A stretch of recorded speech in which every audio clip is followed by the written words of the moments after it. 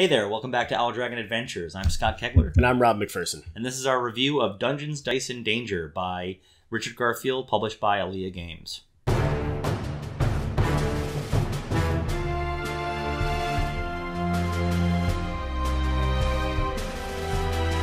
So this is one that Rob Impulse bought this one. Yep.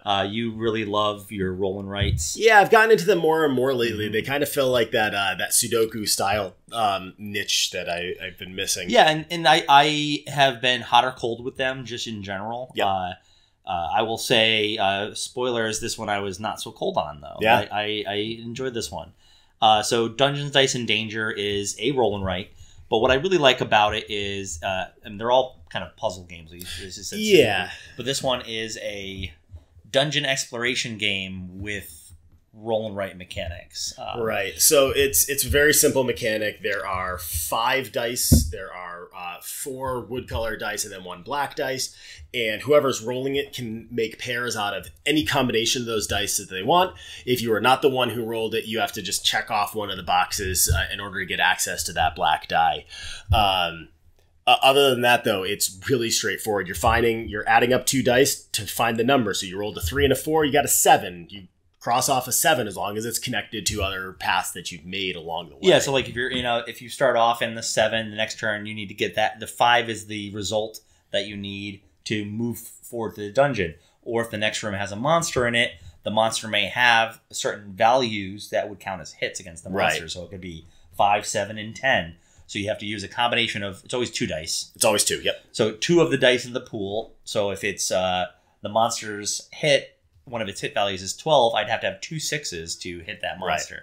And then as you hit it, you get... They usually have like between 4 and... I mean, the bosses have like 20 hit points that you have to get through. But you're using this to collect treasure, to get these, you're getting items, and all these different things add up to your victory points score. Yeah, and it's a roll and write game. So, of course, if you're playing it solo, it's a chase your score mechanic, or you're trying to beat other players' scores in that regard. But I thought it was a really clever way that you're working your way through.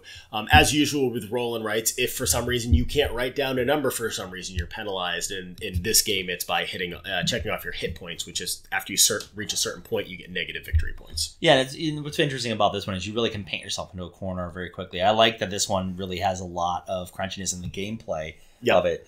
So, on gameplay, for me, like I've played it 2 or 3 times with you. I can't remember. Yeah. I really enjoyed it. I generally do not gravitate towards roll and writes. And actually, I have a roll and write that I was enjoying. I think I enjoyed this one even more. It's fun. It's a good cool down type game at the end of a longer night of other, maybe heavier games. Yeah, that's when we usually break this one out, is either when I'm done with work for the day and I just don't have anything else in me, or when we're done with the game night and the other guys leave and we're like, yeah, we got one more game in us. Yeah, so I really enjoyed it. I would say it's a high gameplay for me. Yeah, no, definitely a high gameplay. Next is accessibility. It's a roll and write, and it's very easy. We roll these dice. You use these numbers. You have to put 2 of that. Make 2 pairs out of the 5 dice. Yep. And which is harder to explain than it is to do. Yeah. And then just moving through how you move through the dungeon. But after that, and the hardest thing is just to remember, like, what are the advantages to being like, oh, the first person that does X. Right. Like, there might be like 6 shadow rooms and you have to like get all the shadow rooms done. Yeah. Well, what's funny is that one time that you were chasing down that one monster, you're like, yeah, I'm going to get, I get negative hit points when I hit him first. Yeah. But yeah, so one of the things I like about this, as opposed to some of the other roll and writes, is there's actually 4 different difficulties. And it's not just like, oh, you have to start down here on their hit points. There are 4 different dungeons to go through that have different nuances. So that was a lot of fun to find out. No, I like the art of it in that way. So I guess before moving on to that, for accessibility, it's high accessibility, it's easy to teach. Absolutely. From a design side, I like all the little monsters that are drawn. They're kind of punny. It's Richard Garfield, so like, not just magic. It's also hit a lot of his sillier games. I find that some of the silliness is here. In the game. This definitely has the silliness to it. Yeah. So I like the design. I think it's an appealing looking box game. It is well-designed map the way it is. It's a good puzzle. I really enjoy that. Yeah, I thought the design was really good. It was solid. It was easy to follow, easy to kind of walk your way through. Yeah. From a value side, or not value, quality. Yep. The only thing I would have... It's pieces of paper. Yeah. I mean, small ding for me on the quality of it. I think I sometimes am disappointed with these roll and writes where if all you have is these dice, give me some cool dice.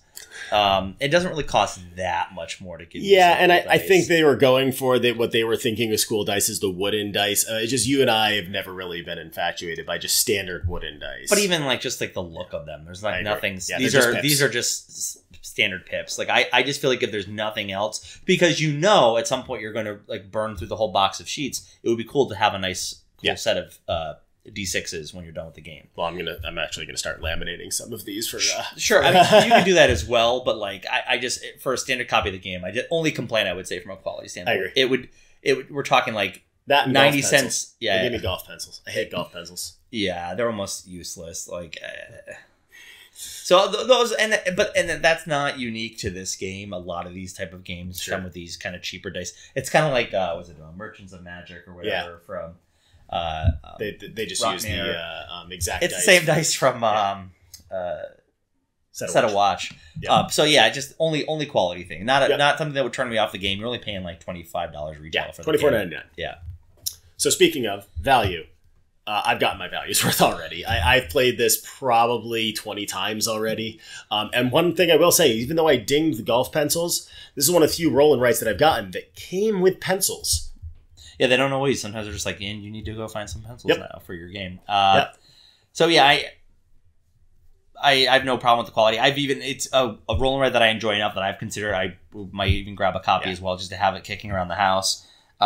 These are great for not your overly heavy board game players. Like if you're a D&D group, this is a fun way to burn time while you're waiting for a player to show up, or you're done and you're not ready to hit how to work this into a campaign. Yeah, there you go. So I definitely think it has a high value as well. Yeah.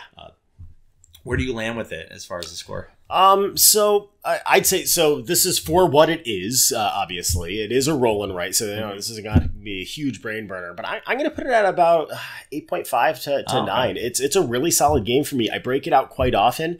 But that being said, like it's not just a great game I break out often, but I have a shelf of roll and writes now, and this one comes out more often than the other ones that I have. Like Welcome to the Moon was one of my favorites for a while, and this is kind of taken over.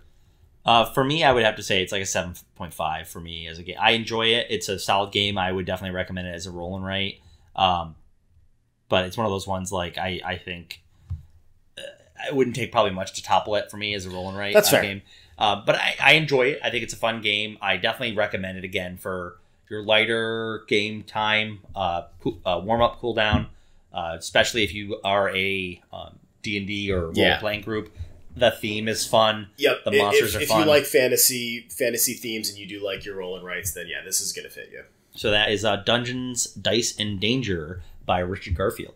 I hope you enjoyed this. If you have any questions about the game, go ahead and leave a comment. We'd love for you to like and subscribe as well here on the channel as we bring more new games that we're playing, games we're looking forward to, and just discussion about board games in general. And if you have any roll and writes that you think that we would like playing, go ahead and leave that in the comments as well. We'd love to hear. With that, we wish you good luck with all of your board game adventures. And thank you for joining us on ours.